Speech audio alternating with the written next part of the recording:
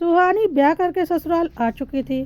सुहानी का ससुराल उसके मायके की अपेक्षा बहुत ही अधिक संपन्न था। सुहानी खुद को बहुत लकी मान रही थी क्योंकि वह इस घर की इकलौती बहू थी। सुहानी के तो पाँव ही जमीन पर नहीं पड़ रहे थे। सुहानी के ससुराल में भी सब बहुत अच्छे थे। सुहानी की ननंद तनु भी बहुत अच्छी थी और सुहानी का पति अमित, वह तो सुहानी पर जान छिड़कता था। सुहानी की सास मंजू देवी सुहानी को बहुत मानती थी। सुहानी को ऐसा लग रहा था कि उसे सब कुछ मिल गया और वह दुनिया की सबसे भाग्यशाली लड़की है। सुहानी का ससुराल बहुत बड़ा था और सारी सुख सुविधाओं से संपन्न था। सुहानी ने सपने में भी नहीं सोचा था कि उसे ऐसे घर में रहने का मौका मिलेगा। ऊपर से सब उसे कितना प्यार करते थे। विदा होकर आते ही सासू माँ ने उसे गहनों से तोल दिया था। आखिर उनकी इकलौती बहू जो थी। सुहानी की ननंद कुछ दिन सुहानी के साथ रहकर फिर अपने ससुराल चली गई और सुहानी अपने ससुराल में मज़े से रहने लगी और अपने भाग्य पर घमंड करने लगी। सुहानी को ससुराल में कोई भी काम नहीं करना होता था। हर काम के लिए नौकर चाकर थे। वह सिर्फ मालकिन बनकर अपना हुक्म चलाती थी। सुहानी के पति ने उसे अपना कार्ड दे रखा था जिससे वह मनचाही शॉपिंग करती थी बिना पैसों की कोई चिंता किए, क्योंकि सुहानी को पता चल चुका था कि उसके ससुराल वालों के पास बहुत पैसे हैं। सुहानी को उसकी सुंदरता देखकर सुहानी की सासू माँ ने पसंद किया था क्योंकि उन्हें अपने इकलौते बेटे के लिए जन्नत की हूर चाहिए थी। धीरे धीरे सुहानी के अंदर बहुत घमंड आने लगा था। उसे लगता था उसे दुनिया का सबसे अच्छा ससुराल और ससुराल वाले मिले हैं। उसका पति भी दुनिया का सबसे अच्छा पति है। सच में सब कुछ बहुत अच्छा था, लेकिन सुहानी कुछ ज़्यादा ही घमंडी होती जा रही थी। उसे अपने आगे कोई भी दिखाई नहीं पड़ता था। शुरू शुरू में तो सुहानी ने अपनी ननंद तनु से काफ़ी अच्छे से बातचीत की और बनाकर रखा, लेकिन उसके बाद सुहानी को लगने लगा कि उसे किस बात की कमी है जो वह अपनी ननंद तनु के आगे पीछे डोलती है। क्या तनु का भाग्य उससे ज़्यादा अच्छा होगा? बिल्कुल नहीं। सुहानी तो इस घर की इकलौती बहू बन चुकी है, पर तनु के ऐसे भाग्य कहाँ। सुहानी ने अब तनु को इग्नोर करना शुरू कर दिया था क्योंकि उसके मन में यह बात बैठ गई थी कि वह जितने ऐशो आराम से रहती है तन्नू को वैसा सुख नहीं मिलता होगा। सुहानी को इस बात का बहुत घमंड था कि वह अपने घर की इकलौती बहू है, जबकि तन्नू की तो एक जेठानी भी है, तो तन्नू के वैसे ठाट तो नहीं होंगे जैसे उसके ससुराल में उसके हैं। सुहानी इस बात के घमंड में रहती थी। तन्नू जब भी मायके आती सुहानी उसे बहुत इग्नोर करती और उसके सामने बात बात पर अपने ससुराल के पैसों का दिखावा करती। सुहानी तन्नू को ऐसा दिखाना चाहती थी कि देखो, भले ही तुम इतने अमीर घर में पैदा हुई हो, पर इस घर की मालकिन तो अब मैं बन चुकी हूँ और तुम बस इस घर में मेहमान हो और यह घर अब मेरा है और मैं तुमसे कहीं ज़्यादा भाग्यशाली हूँ। तन्नू की माँ यानी मंजू देवी, सुहानी की सास और तन्नू इस बात पर गौर कर रहे थे कि सुहानी कुछ ज़्यादा ही घमंडी होती जा रही है और तन्नू को कुछ भी नहीं समझती है। बात बात पर तन्नू के आगे ऐसा दिखाती है जैसे तन्नू की कोई हैसियत ही ना हो। मंजू देवी को ऐसा लग रहा था कि उन्होंने सुहानी को चुनने में बहुत बड़ी गलती तो नहीं कर दी, क्योंकि बड़े बुजुर्ग कहते हैं रिश्ता बराबरी वालों में करना चाहिए। मंजू देवी ने सुहानी को उसकी सुंदरता देखकर पसंद तो कर लिया था, लेकिन सुहानी के मायके वालों का स्टेटस मंजू देवी के स्टेटस से कहीं भी मेल नहीं खाता था। इसलिए सुहानी अपने ससुराल के पैसों को हजम नहीं कर पा रही थी और कुछ ज़्यादा ही घमंडी होती जा रही थी।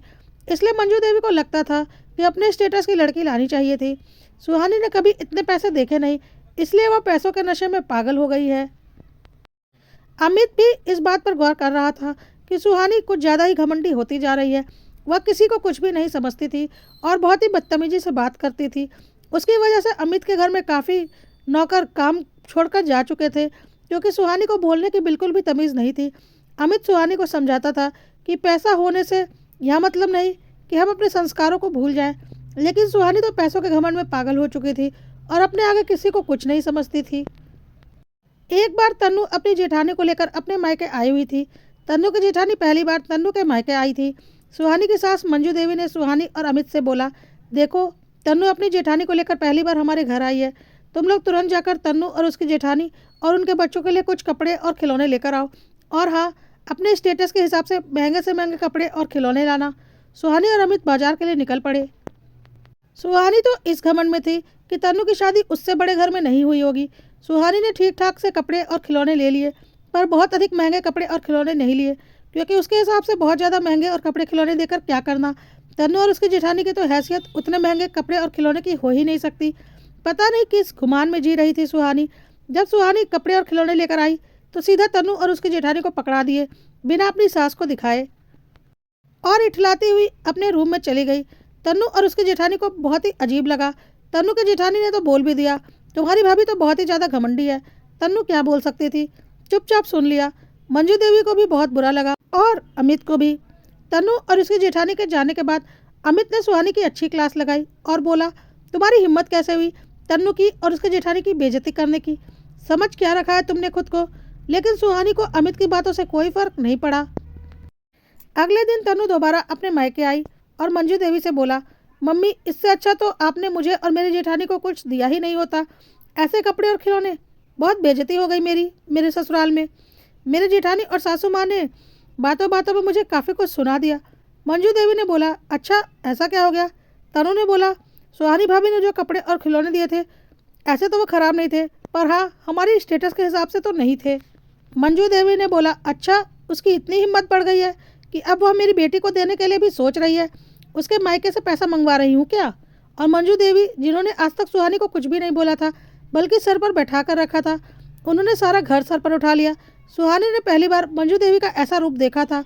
सुहानी और अमित तुरंत अपने कमरे से बाहर आए और बोला, क्या हो गया है? मंजू देवी ने सुहानी की सारी करतूत अमित को बताई। अमित को तो सुहानी की करतूत पहले से ही पता थी, पर उसे लगा था कि बात इतनी नहीं बढ़ेगी। लेकिन तनु के ससुराल वालों का भी तो कोई सम्मान था, उनकी भी तो समाज में कोई हैसियत थी। उन्हें लगा जानबूझकर तनु के मायके वालों ने इस तरह का लेन देन किया है और उन्होंने तनु को काफ़ी कुछ सुना दिया था। तनु भी अपनी जेठानी के मायके एक बार गई थी और वहाँ से आए कपड़े और खिलौने की तुलना जेठानी ने कर दी थी और तनु को काफ़ी बेइज्जती महसूस हुई थी। हालांकि इस समय तनु के मायके वालों की कोई गलती नहीं थी, यह सब करतूत सुहानी की थी। अभी भी सुहानी को अपने किए पर कोई पछतावा नहीं था। उसने इतरा कर बोला, अरे इतने खराब कपड़े और खिलौने भी नहीं थे, उनकी हैसियत के हिसाब से तो अच्छे ही दिए थे। अब इन लोगों को क्या लगता है कि जैसे कपड़े हम पहनते हैं वैसे कपड़े दे क्या? क्या उनकी हैसियत है हमारे जैसे कपड़े पहनने की, जो इतना बवाल मचा रहे हैं? अब तो तनु और उसकी माँ एकटक सुहानी की ओर देखते रह गए। मंजू देवी सुहानी को कुछ बोलने जा ही रही थी कि तनु ने मंजू देवी को रोक दिया और बोला, माँ तुम कुछ मत बोलो, नहीं तो कल को भाभी बातें बनाएंगी कि बेटी ने आकर सास और बहू के बीच लड़ाई करवा दी। इन्हें जवाब मैं देती हूँ।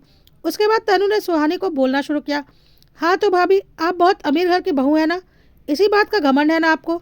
वैसे मायके तो आपका इतना अमीर है नहीं, यह बात आप भी जानती हैं और मैं भी, कि सिर्फ और सिर्फ अपनी खूबसूरती के बल पर आप इस घर में आई हैं और इस घर में आते ही इस घर की दौलत का आपको ऐसा नशा चढ़ गया है, इसलिए आपको इस दौलत का कुछ भी दिखाई नहीं पड़ रहा, क्योंकि आपने अपनी ज़िंदगी में इतनी दौलत कभी देखी ही नहीं थी। तो अब आपके हिसाब से मैं कौन हूँ? मैं इस घर की इकलौती बेटी हूँ। तो आपको क्या लगता है, इतने अमीर घर की इकलौती बेटी होकर मेरे माँ बाप ने मुझे ऐसे ही किसी घर में ब्याह दिया होगा? इसी नशे में है ना आप कि आप बहुत अमीर घर की बहू हैं? तो फिर मैं कौन हूँ? इतनी अक्ल तो आपको भी होगी ही कि जिस सुख सुविधा में मेरे माता पिता ने मुझे पाला है उससे कम सुख सुविधा वाले ससुराल में मुझे नहीं ब्याह होगा। बल्कि कोशिश तो यही की होगी कि उनसे बड़े घर में ही मेरी शादी हो, क्योंकि हर पिता यही चाहता है। जैसे आपके पापा ने अपने से बड़े घर में आपकी शादी की, तो आपको क्या लगता है मेरी शादी आपसे छोटे घर में हुई होगी या मैं आपसे कम अमीर हूँ? किस भ्रम में जी रही हो भाभी? तुम्हें पता भी है मैं किस घर की बहू हूँ? कभी मेरे ससुराल आई नहीं हो ना भाभी, इसलिए अपने ससुराल का बहुत घमंड है तुम्हें। आज मैं तुम्हें मेरा ससुराल भी दिखाऊंगी और हाँ, अपनी इकलौती बहू होने का बहुत घमंड है ना, तो यह भी सुन लो, मेरे घर में भले ही हम दो बहुएं हैं, लेकिन हम दोनों के सारे बिजनेस अलग अलग हैं और हम दोनों का अलग अलग बिजनेस भी तुम्हारे अकेले के बिजनेस से बड़ा है। अपने पति अमित से पूछकर पता कर लेना। मैं कभी कुछ बोलती नहीं हूँ, ना ही तुम्हारे पति और सास, तो तुम्हारा घमंड दिन ब दिन बढ़ता ही जा रहा है। अरे मुझे छोड़ो, मेरी जेठानी और उसके बच्चों को तो अच्छे कपड़े और खिलौने दे दिए होते। क्या सोचा मेरी जेठानी किसी ऐसे वैसे घर की है? इस शहर के बहुत बड़े बिजनेसमैन हैं मेरे जेठानी के पापा और उनकी इकलौती बेटी है मेरी जेठानी। किस घमंड में जी रही हो भाभी? तुमने कभी इतनी दौलत देखी भी नहीं होगी जिस दौलत में हम पले हैं, लेकिन फिर भी हम वैसा घमंड नहीं करेंगे क्योंकि हमने बचपन से ही उस दौलत में पले बढ़े हैं। लेकिन तुम्हें अभी अभी नई नई दौलत मिली है ना, इसलिए तुम्हें नशा चढ़ गया है और इस नशे को तुम जितनी जल्दी उतार दोगी उतना ही अच्छा होगा। और हाँ, क्या बोला? मैं और मेरी जेठानी कैसे कपड़े पहनते हैं? तुम्हें कपड़ों का आइडिया भी है भाभी? तुम्हें क्या लगा हमने साधारण कपड़े पहन रखे हैं? क्योंकि तुम तो कभी ऐसे डिज़ाइनर शोरूम से कपड़े लेती ही नहीं होगी ना, तो तुम्हें क्या पता, क्या लगा मैं और मेरी जेठानी ने 500 रुपये वाली साड़ी पहन रखी थी, या हमारे बच्चों ने 150 रुपये वाला शर्ट पैंट पहन रखा था। यह सारे डिज़ाइनर कपड़े हैं जो कि बहुत ही महंगे मिलते हैं, जिसका कि तुम्हें अभी आइडिया भी नहीं है। और हाँ, इस घर में रहते रहते धीरे धीरे हो जाएगा। यह जो मैंने सूट पहना हुआ है ना, जो कि शायद तुम्हें देखकर 400-500 का लग रहा होगा, तुम्हें पता भी है यह सूट कितने का है? यह सूट 25,000 का है भाभी। सुहानी ने बोला 25,000? तो तन्नू ने बोला हाँ 25,000। क्यों मुंह खुला रह गया ना? तुम्हें क्या लगता है तुम ही बस अमीर घर की बहू हो? और हाँ, तुम्हें तो ऐसा लगता होगा ना कि मैंने और मेरी जेठानी ने कोई जेवर ही नहीं पहने, सिर्फ एक सिंपल सी चेन और इयररिंग्स और अंगूठी पहनी है। तुम्हें पता भी है भाभी, यह चेन और इयररिंग्स और अंगूठी प्लेटिनम की बनी हुई है, जिसमें डायमंड लगे हुए हैं। इनकी कीमत का तुम्हें अंदाज़ा भी नहीं होगा। तन्नू यह सब बातें जब सुहानी को सुना रही थी, तब तक मंजू देवी ने सुहानी की सास को फ़ोन करके दिए गए गिफ्ट्स के बारे में माफ़ी मांग ली और बोला कि हमारी बहू अभी नई नई आई है और उसे पता नहीं बेटियों को कैसे दिया लिया जाता है, और मैंने देखा नहीं था कि बहू ने क्या दिया है। अभी मेरी बहू आपके घर जा रही है, आपकी बहू के साथ धीरे धीरे सब सीख जाएगी। तन्नू की सास ने बोला अरे कोई बात नहीं समधन जी, यह सब तो होता ही रहता है, अभी सुहानी को आए दिन ही कितने हुए हैं। मंजू देवी बाहर आकर अमित और सुहानी से बोली अब अगर तुम्हारी पत्नी का घमंड उतर गया हो तो बोलो, जाकर फिर से शॉपिंग करके आए। तन्नू और उसकी जेठानी और सास के लिए कुछ कपड़े और बच्चों के लिए कुछ कपड़े और खिलौने लेकर आए, वह भी तन्नू के स्टेटस के हिसाब से। और उसके बाद तुम लोग उसके साथ उसके ससुराल जाओ और उस सारे गिफ्ट्स को देकर आओ। अमित ने बोला हाँ मम्मी, अभी हम तुरंत मार्केट निकलते हैं। सुहानी को तो मानो सांप सूंघ गया था। अमित ने उसे जोर से हिलाया, अमीरी का नशा उतर गया हो तो अब मार्केट चलो। अमित और सुहानी मार्केट के लिए निकल पड़े। इस बार अमित ने सारी शॉपिंग खुद की और सुहानी देख रही थी। उसे हैरानी हो रही थी कि इतने महंगे कपड़े भी मिलते हैं, मुझे तो पता ही नहीं था। अमित ने बोला यही होता है, नई नई दौलत हाथ लगने से हर कोई दौलत के नशे को संभाल नहीं सकता। खैर, तुम धीरे धीरे होश में आ जाओगी कि तुम अकेले इस दुनिया में अमीर नहीं हो, तुमसे भी अमीर लोग इस दुनिया में हैं। और एक तो तुम्हारी ननद तन्नू ही है जिसे तुम अपने आगे कुछ समझती नहीं हो। सुहानी के पास अमित की बातों का कोई जवाब नहीं था। मार्केट से आने के बाद मंजू देवी ने सुहानी से बोला पहली बार तन्नू के ससुराल जा रही हो, अच्छे से तैयार होकर जाना, कोई कमी ना रह जाए। और हाँ, तुम्हें रिसेप्शन में गिफ्ट में जो साड़ी दी थी ना, वह साड़ी पहनना। सुहानी ने बोला वह साड़ी? मम्मी वह तो बहुत ही सिंपल है, आपकी तो इज्जत खराब हो जाएगी। मुझे तो हैरानी हो रही थी कि आपने ऐसी साड़ी कैसे दी है। तन्नू ने बोला हो गया ना तुम्हारा अमीरी का दिखावा, पता भी है वह साड़ी किसकी है? वह साड़ी मनीष मल्होत्रा की डिज़ाइन की हुई साड़ी है और उसकी कीमत सुनकर तुम्हारे होश उड़ जाएंगे। और हाँ भाभी, उस साड़ी के साथ वह सेट पहनना जो मैंने तुम्हें दिया था। अब यह मत सोचना कि मैंने तुम्हें कोई आर्टिफिशियल सेट गिफ्ट कर दिया है। सुहानी तो मन में यही सोच रही थी कि तन्नू ने उसे कोई आर्टिफिशियल सेट गिफ्ट में दिया है। तन्नू ने बोला मुझे पता है, आपने शादी से पहले यह सब कुछ नहीं देखा। मेरा इरादा आपकी बेइज्जती करने का बिल्कुल भी नहीं था, लेकिन आप इस घर में आने के बाद से दौलत के नशे में इतना चूर हो गई थी कि किसी को कोई भी इज्जत नहीं दे रही थी और सबको अपने सामने कम आंक रही थी।